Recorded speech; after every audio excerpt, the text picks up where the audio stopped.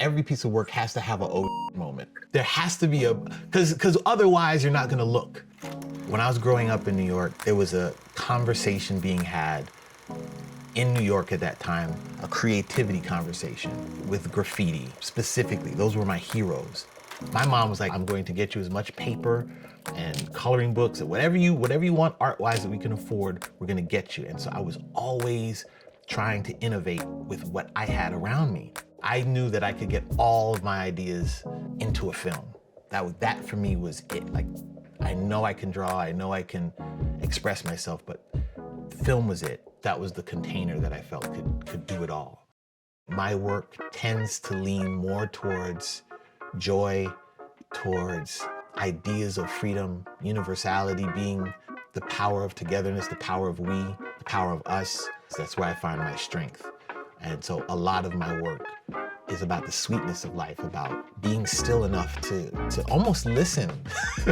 That's a weird thing to say about visual art, but like just being able to stop and really digest a moment, really pull apart a moment and see where that sits in your spirit. I come from a place of abundance. I have it so I can give it. That abundance of color, that abundance of like sizzle and electricity that I try to pop in even in the dark moments is about me giving it to you, the light. I'm trying to give you everything.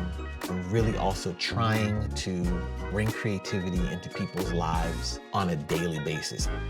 I create something every day. I'm comfortable with being a creator. I'm comfortable and have a strong exercised imagination and inner life.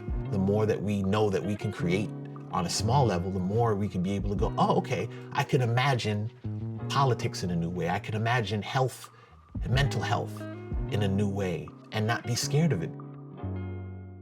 So many artists, so many storytellers have dealt with these problems and have gone unsung, have gone unseen.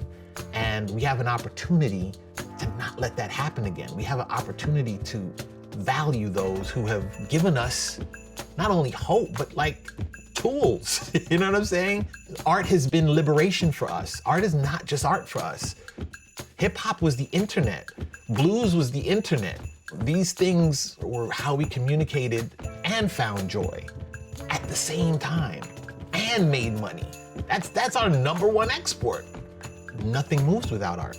Nothing moves without art. And that's the thing. You're surrounded by realized dreams. From your clothes, someone had to design that. Book covers, your desk, the streets, the way the streets are put together. Someone had to design all of these things. It's a narrative. It tells a story. Investing in artists, particularly Black artists in this moment, is important because it's an investment in yourself. If you're investing your money and your time and your energy in stories that don't involve you, that don't see you in the future, that don't see you prosper and flourish, then you've invested in your absence. We've been told what's amazing, and we haven't tapped into what's amazing in ourselves. We've been told what's creative and what's powerful, but we haven't tapped into that in ourselves. I would like to see more action, more attention to creativity as a tool of growth. Creativity is power.